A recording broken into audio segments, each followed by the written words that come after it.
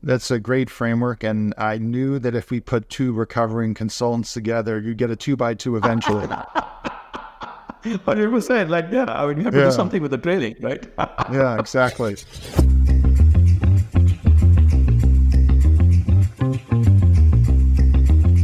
Welcome to the CX and Culture Connection, the podcast for CX leaders looking to accelerate value from their investments in customer experience and culture together. I'm excited to talk today to Amaresh Tripathy, the Managing Director at AuxoAI. Amaresh and I were partners for many years at PwC, where he led the analytics team, and we had a chance to work on some fun things together. Thanks for joining today, Amaresh. Thank you so much, Matt. It's always a pleasure and fun to connect and talk. You know, you shared with me that your company's name, AuxoAI, means growth in Greek.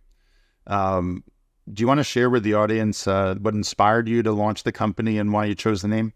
Yeah, I mean, the inspiration is actually fairly straightforward. I mean, it's been like, if you think about the last 25 years, I've been working towards how do you make enterprises more data-driven, and with the AI, like how do you make enterprises more AI-driven? And it's been a kind of an ongoing kind of a struggle over the years. But there are two things we know that work, and how do you actually make AI real in an enterprise? One is expertise in an industry or a domain. That is always very important, because you have to put it in the context of, put the technology in the context of the industry that we are working in. But I think the second thing, which is kind of the unique take we are taking here, is how do you actually make an individual successful? How do you make a particular role when you say successful, right? So in AuxoAI, we have the angle we are taking is there are high leverage, high value roles in an organization. And if you make those roles successful by basically giving those people an AI companion or a co-pilot, that amplifies what they are doing and makes them perform at the next level. And that drives growth. And which is why kind of OXO, which stands for growth, and as well as kind of this whole notion of co-pilot. Well, a lot of attention's being put now with AI into interrogating the AI and training people to learn how to interact with AI to work on specific use cases. And you're flipping this around. You're saying, let the AI observe you, and you'll work on developing things against those use cases and personas so that the AI doesn't have to be interrogated constantly. In fact, it can help you learn how to work with it, and it can help make suggestions. Is that a fair characterization? And why did you choose that model? Yes. I mean, see, one thing is, if you really think about AI, it's always been kind of a use case driven, right? Or it's like, oh, this one decision, right? Use case essentially ties to one decision. And when you really look at how people work, they don't think decision to decision. There's a flow, right? So this notion around that work and decisions happen in a flow became the foundation of our thinking. It's like, okay, you want to make a person successful, you have to fundamentally think about what are the various fragments of work, and you can really make one aspect of that fragment very good, but potentially doesn't help. It doesn't move the needle overall. So this notion that we started out is you understand the fragments of the work and the fragments of decisions they are making in an interconnected way. It's not, so instead of a workflow, we start thinking about decision flows. So when you start thinking about decision flows, then it's like, okay, what is the work related in the decision flow? And if you really go down to it, most knowledge workers, there are 3 or 4 big things they're doing. They're actually sorting things. Which order should I do the work? They are trying to find patterns. They're trying to find outliers and what group things gets grouped together and not. They are trying to research, and they're trying to summarize, right? And if you really start thinking about it, and they're all like, and then they are trying to make judgment calls and governance, and they're trying to develop relationships, trying to sell an idea. So there are a few things that the first 3-4 things that we talked about is uniquely, like machines are becoming better and better at doing that. And then obviously there are a few things, the last few things we talked about, humans are, and for foreseeable future, will remain the best at it. So how do you actually the whole idea was, instead of thinking about one use case at a time, how do you think about the whole flow and essentially tailor it to an individual role and a man-machine interaction that is much more seamless. And at the end of the day, I mean, if when done well and with next level of maturity, it becomes invisible to you. And then any good technology essentially becomes invisible into the workflow. And that's essentially what we're kind of aiming for. And when we think about this and kind of connecting it more to the customer experience space for the audience, a number of the things that you talked about, Amaresh, are really important use cases for AI, but you're changing the way to work on them more with decision flows, summarizing, interactions that you have with the customer. Increasingly, that's unstructured data that you have, with the call centers, with Zoom meetings, with emails. These are all things that are unstructured data that now your AI copilot can help summarize for you and help suggest the action. So a lot of these things started in the call center, and what you're doing is expanding them into other areas. And we'll talk in a minute about mining insights and retrieving information. Those are also opportunities, but just summarizing and disposing actions is actually a lot of time for people in customer experience, and your copilot can help with that. Yes, I mean, if you think about it, it's summarizing is one, but also information retrieval. I think the biggest use cases that we see is actually, even if it's a call center agent, for instance, it's a 10-minute call because 7 of the 10 minutes, the agent is trying to figure out what's going on, right? And they're trying to research the thing. So information retrieval is a big issue. And then after you retrieve, is how do you actually summarize that aspect of it. So yeah, both those things, I think if you from a technology perspective, we think about this generative AI kind of space, those are the two broad use cases that have just been blown apart or completely democratized. And I think that's why a lot of the excitement. But yeah, some of the other areas around trend and patterns are still remain important. I think those are foundational. And if you think of it from the standpoint of saving time, those are, and that's powerful, because if you save time, you can reinvest that time or drop it to the bottom line, so that it becomes a self-funding investment for growth because of the time savings that you're redeploying. The other thing that's really exciting is actually, you talked about democratization of insights, and is that if you actually engage your employees who are on a journey, your company's on a journey to be more customer driven, your employees are on a journey to apply new skills and behaviors.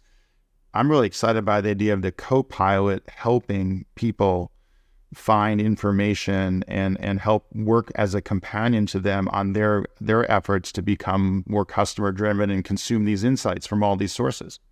Yeah, 100%, man. Because if you really think about any enterprise, right? People who have the technology and the math don't not only have the business insight or the context of what's going on, and people who have all the context and insight of what's going on don't have the technology and insight of what it needs to really leverage it. And this whole co-pilot kind of tries to bring that thing together. So democratization, I think, is at the core of it, and it's kind of leveling the playing field around anyone. If you have the right business context, if you have this notion I call bilingual. If you're a bilingual, if you understand the business context, you are very quickly, you understand basic of technology and some of the tools here, you can be very powerful. As we think about the podcast, the CX and culture connection, one of the things that I've always been really interested working with you is the way you think about adoption. And how do you actually get adoption into the enterprise and drive behavior change for using technology, not just technology for its own sake? The human-machine interaction is so important here in driving adoption. How does that play out with AI? Where are we in that cycle, and what do we need to do better about driving adoption and collaboration and use of it? Very, very early, right? I mean, right now, if you really think about the entire AI wave, it's a lot more. I would say it's an early stage tech wave right now, right? And companies like us are trying to make it like a business wave around it. But there is going to be, and the business wave will have the culture aspect of it, but the adoption and the culture change and the implications, I think those are massive, right? And especially in AI, in this case, and kind of what we're talking about. And it is very, very early, and there's a lot of things to be figured out. Like, for instance, I mean, we go and talk about, okay, machines can do this thing better, the humans do this aspect better, but those boundaries in these roles today are not very clear, right? How do you actually define those around that? How do you actually make sure it is a non-threatening environment, which is why I think the whole notion of growth, and we normally actually don't even start talking about it because I think it's a fallacy to talk about just the time settings. Because it's not only time savings, it's about reinvestment of that time that you have figured out what can you do with it. Because that's the only way you will kind of go and move the needle, right? Because otherwise automation has been around for us for a very long time. Would it eventually lead to more productivity and everything? 100% yes, but it will lead to better outcomes before it leads to better productivity. That I think is kind of how we start thinking about it. So so in short, the adoption cycle, we are very, very early. I think this is over next decade we will figure out kind of what's the right mechanism to kind of do that. And then we have to go and deal with some things which are, I would say, still a little bit more qualitative, and you have to make it quantitative, like the notion of culture, a notion of adoption itself, right? What does it actually mean when you say adopt? What does it mean it requires culture? Because as work gets slowly starts getting redefined around the edges, these things become very, very important. And how you do it versus kind of, and with whom do you do it, and how do you partner, and how do you kind of co-create, those principles are going to be key. And organizations that are able to go and do that will come out definitely much ahead. Can you elaborate on what you meant by personas? You talked about like picking the personas where this can have impact and then working with them. What does that mean in an enterprise? So I'll give you an example. So we're working with a healthcare company right now, and they are trying to who sell Medicare Advantage products, right? It's like if you're above 65, there's a specialized Medicare product that is sold. And right now, the mechanism of actually buying or understanding what a Medicare Advantage product is a 250-page PDF document. Depending on the county you live in, you go and take a look at it and you read it, or you call someone and the agent reads it, or a broker reads it and kind of answers your question. But someone is reading a 250-page PDF document every time, and you're trying to figure that out. And then you have to put it in the context of, if you are 65 plus above, plus you need, let's say, chiropractic services, or you are on this medication, or you want to go to this doctor. Is what is covered, what is not covered, how much you pay out of pocket. Just think about that. And you have to start figuring all of that out over a phone call with an agent which will take 2 hours, right? And this notion of the persona here, I mean, you could think of many personas. One persona is, how do I make agents' life simpler and easier, and trying them to get them to choose the right direction. The persona in this case is the agent. Is the agent. Yeah. Right? Or the persona could be a pricing analyst, the other client, as a pricing analyst, which is trying to read 10 contracts to come up with a point of view on what the loss ratio needs to be. That's a persona. So basically, persona is a role or a function, a job function that is actually trying to do. A lot of times in customer experience, people focus on the customer personas and don't pay enough attention to the internal personas. And what I really like about what you're doing is a big chunk of customer experience is human-to-human interactions. Unless you're Netflix, it's not 100% digital, right? And even Amazon now, you have the delivery people and Whole Foods, so they're not 100% digital, right? So these human-human interactions are really important to customer experience. And what you're highlighting is that we can focus on ease of use, not just for the customer, but for the agent, and how they intersect each other. And if we have an AI co-pilot that makes it easier for the agent to do her job and engage with the customer, then everyone wins. You save time, the customer has a better experience, etc. We absolutely have taken this is more AuxoAI. I think the pure digital aspect can also be there. We have taken this approach for a very fundamental 2 reasons. Number one, at an enterprise level, specific job functions kind of move the customer experience. They might not be even directly touching like a pricing analyst. How quickly you are able to price something actually impacts like in the B2B setting, impacts the customer, because they are able to. It's an indirect impact, but it's still very powerful. Yeah.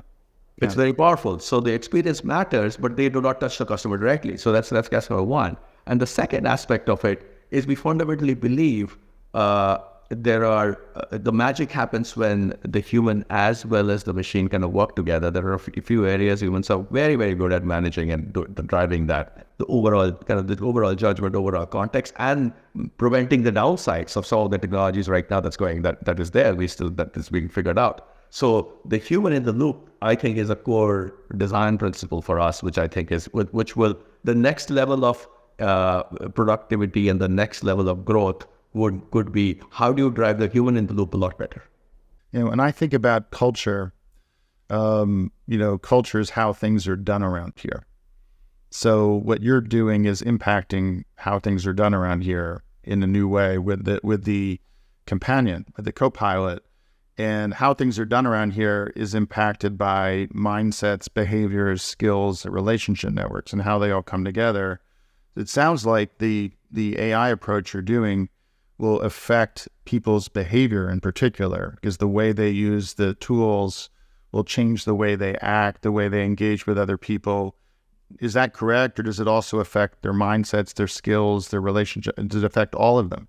And which is why 100%, that's you articulated it much better than I could, Pat, on that topic. You are the expert. But that, which is why the adoption is a very nuanced view, because you're right, it will fundamentally change mindset, behaviors, how people do the work, and not because someone is forcing them to do it, because it will evolve towards that direction, and how you actually guide that process is going to be very important.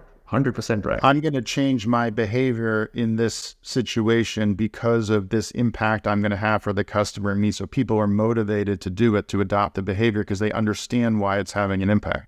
That's correct. Yeah. I mean, no one wants to frustrate a 65-year-old over a 2-hour phone call. You fundamentally want to help and do it the right way.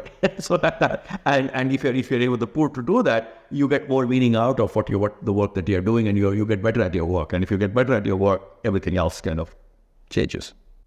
So a lot of the rage right now is Gen AI, generative AI, which is just a new aspect of AI that has application, because the power of the technology is now allows us to create content with speed and quality and cost that's lower than previously. But AI is not a new phenomenon. How do you see AI evolving? Like where does Gen AI fit in? Where do you think the puck's headed? Yeah, I mean, if you really think about the AI framework that I kind of use, is that AI at the end of it allows us to read, see, hear, basically sense, and decide. I mean, if you really think about it, that's kind of open. And we are kind of just replicating the human brain, and we have the other things the human brain does, right?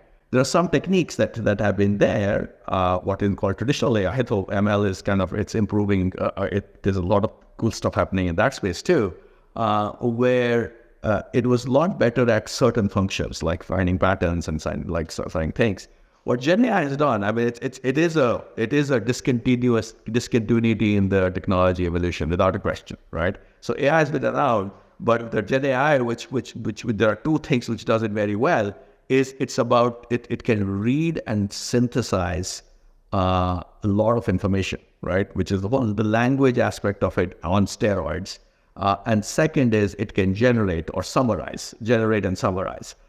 And those two capabilities had been there for some time also. I mean, this NLP, if you think about natural language processing, natural NLG, natural language generation, has been around, but there's been a discontinuity in kind of how good it has become in literally last 1 year.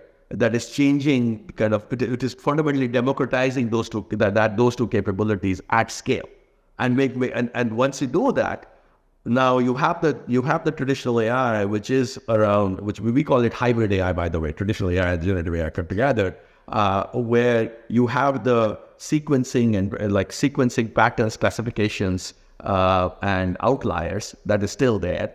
But now you are able to add summarization and information retrieval at scale. And once you're able to do that, it's the use cases kind of explored. And the other way to think about it, a much more simplistic way to think about it, most of the AI had been going after structured data, right? And this is an AI that is really going straight at the heart of unstructured data. And structured data is probably 10% of all the data that is out there. So suddenly, why it's very popular, it's actually going after a much bigger data set that's out there. I think, I mean, there's debates about how much unstructured is. It's whether it's 90 or 95%. I think the exact percentage is moot because it's growing geometrically and structured is not. So that percentage that's structured is rapidly declining as a percentage of the total. Yeah, because structured, you have to put an effort to make them structured, and or it is a result of transactions and captured in some transaction systems. Unstructured data is everywhere, so it's whether it's 99 or doesn't really matter. So now they have technology to go after unstructured data, and that fundamentally changes the game. And I think it's actually more than just this unstructured versus structured thing, although that's really important. If I dig a little deeper, it's the difference between language and metaphor, language and meaning. Because 95% of human thought is unconscious, just like 95% of data is unstructured. If 95% of thought is unconscious, it's actually images, it's metaphors, it's not words. So the moment we start expressing things in words, you lose meaning from what's in the human mind. And so that what's really cool about the AI now is the ability to tap into and understand emotion and metaphor in ways we couldn't do previously. And so that the opportunity for the AI to learn and mimic what the human brain does to capture meaning in data is really powerful to help be a companion for you. But it's still the early innings of this game to do this. 100%. I mean, yeah, you articulated it very well, better than I have thought about that. But yeah, 100% right on the image and the video and the image side of it, right? I mean, if you really think about it, there's this framework. John Sierra has this framework called WINS, which is words, images, numbers, and sounds.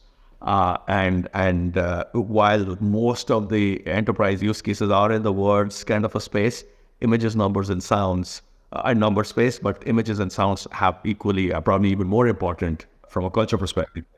Or there's words being used to describe things that are actually in metaphors and images. So you might still be using words to talk about them, but I think like every 10 seconds in language, we use a metaphor, right? So it's like, that's just the way people talk. And so the AI, it's very complicated to get the AI to get the same meaning out of it, which is why historically we had so much hybrid models of AI with topic models and a lot of human effort. Now the AI is actually able to do a lot more without as much human intervention. That's correct. Yeah. Absolutely. So where are we going with this? What do you see as what's now? What can we do now to capture value that's real today? Where can we it's proven, the whole 70-20-10 thing. What's proven now? What's experimental and what's on the horizon? We can talk in terms of technology, but in terms of from a business user perspective or from a end user perspective, if you think about the most of the traditional ML, which is still not used as rigorously or as prevalent, I mean, that's proven for at least a decade now, right? And even so that I think is kind of the traditional side of the hybrid AI piece is absolutely proven, and scaling it and how do you do it, that's kind of is there. And I would say the most of the generative AI kind of use cases that we just talked about, those are technically it works, and in enterprises it's still experimental, but it's moving very, very fast. It's experimental, and I think it'll get to kind of proven fairly quickly in certain things, but there are a few areas to kind of getting figured out. What I think has to get figured out is what you just talked about, is how does that change work? How does that change mindsets? How does that change experiences? Because one of the biggest things we are finding is when you go and work with clients, the most important layer is the design layer, that interaction layer, right? And it's not just what does UX design mean when there is human-computer interaction? I don't think there are very good frameworks around it. It's still very emerging. I think some research has been there, but there's a lot of work to be done there. How do you take governance and policy and integrate that into a workflow?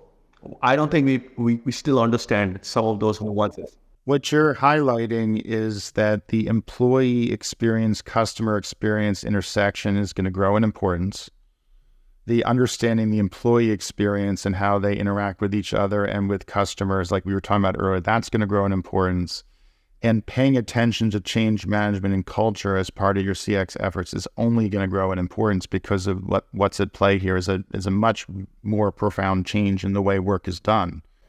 It's real exciting times that yes, and it's not only going to grow in importance. I think there has to be like kind of core things to be figured out because we haven't really spent the time, both from academia to everything, to really figure out what are the principles around some of these things. We're going to talk about it, but I think we need to do the next level of work in some of these areas also. Absolutely. Where do you think this is going to have the most impact? Any particular industries, size of companies, roles in companies, all of the above? Yeah, there's a very, very clear framework that I'm a big subscriber to, which I told you, John, surplus kind of framework there, which is if you go and look at X and Y axis, basically put all the industries, and even you can put it within a function within the company also. Within that, on the X axis, you think about the amount of the words, images, numbers, sound, the work, right? The percentage of work that is the people are dealing with that. And on the y-axis, put in how much of it is already digitized, right? The workflow is digitized. And you will see what's the top right-hand corner: education, media, financial services, right? I think they're going to have massive disruptions there. And you already see that. You already see it in like Clegg, which was a online education company. Their stock price fell, and because of the enrollments and all of the good fun stuff. But on the other hand, if you think about low digitization and low wins work, janitor, painting, carpenters, I think they're fine for right now. And then and the other two words are there. So there are certain industries and certain functions are definitely going to get more impacted than the others. That's a great framework, and I knew that if we put two recovering consultants together, you get a 2x2 eventually. 100%. Like, yeah, I mean, you have to do something with the training, right? Yeah, exactly. So thanks for sharing that. Are there any other lessons learned or advice you'd give to CX leaders looking now to adopt AI and some of these practices into their work? What advice do you have for our listeners about the 3 or 4 things they could focus on to have impact here? I think number one, just working with CX and kind of, just as an anecdote, I mean, we've hired CX folks a lot earlier. The data science company hiring CX folks early enough is something that we have learned. And as the reverse is also true, is don't always think about let kind of the technology get figured out and then we will figure out what the experience is, because technology is the experience right now. Right? I mean, ChatGPT is the experience, and that's the technology, right? I mean, so just think about that notion is going to get true in this AI thing very well. So this partnership and kind of getting engaged on the technology side, and there are technology limitations, and you're trying to kind of almost hide or not less hide, but kind of trying to minimize the negative impacts or the hallucinations, all those kind of things. So the design and customer experience is so critical right from day one about how you actually make some of these systems work and make it real, right? So it's not like it's something that you can design it as an afterthought. It just won't work. That's number one. Second, which I think is number one, is going to change customer experience as it's going to change technology as much. Second, I think is just understanding. At the core of it, what is actually happening and how is it working, right? And starting to appreciate what is it that machines in this particular context, machines can do better or versus humans can do better, and how do you amplify both sides of it? I think that's kind of, I would say, we were talking about the next level of, I think, CX, I think in some ways, which that has to get to be figured out. And on the culture side of it, it's about, I mean, it's very easy to take one position like it's all growth and it's all doom and gloom. The reality is always somewhere in between, and it's just trying to work with it, because I don't think we cannot wish it away. Right now, I think that this technology is at the stage you cannot wish AI away. It will just come at different speeds and it'll hit you in different ways. So how do you actually kind of create a positive, proactive approach about doing it is going to become very important of what messages are you sending, how are you thinking about taking people along. The leadership around AI is going to be absolutely critical, which will define the cultures of those organizations. So those are those are what meta level things I think that needs to be figured out. I think it's going to have a huge impact myself. I see a lot of the people I interact with, believe it's more like the internet, more like the microchip than it is like the mobile phone. It's fundamental. Both are of a huge impact, but one is fundamentally transformative, and the other is building on top of other previous technologies. I think it's going to be bigger versus less. It takes time for things to have a huge impact, but I agree with you. This is going to fundamentally transform things. And, I saw in my own career early on where I was lucky to get involved with the internet when it was new, and saw the impact on the media entertainment industries and the retail and consumer industries and then other industries. I think the same thing's happening with AI. It's just going to happen faster than the internet had impact. I mean, listen, but I don't, faster or slower will depend on a lot of factors. I don't know, but it will happen. Whether it'll happen, there's the regulations. There are a lot of other things that could kind of play a role in kind of the speed at which it happens. But 10 years down the line, it is very clear. 18 months down the line, I think we still can debate. And I think that's probably kind of where we are in that journey, but it will happen for sure. You're right. Yeah. Amaresh, thank you so much for sharing your thoughts with our audience today. If people want to learn more about your company or some of the offerings like AI Copilot, where should they go to get more information, and how can they best engage with you? Absolutely. So one is I'm fairly active on LinkedIn, so if they want to engage with me, but on our company, www.auxoai.com. So that's probably the best place to get started. And and always looking to have fun conversations. Well, I really enjoyed it. I'm really excited that we're collaborating, and I look forward to many more great things we can do together. Thanks for sparking so many great ideas for the audience, and look forward to seeing much success for you and your new company. Thank you. And likewise.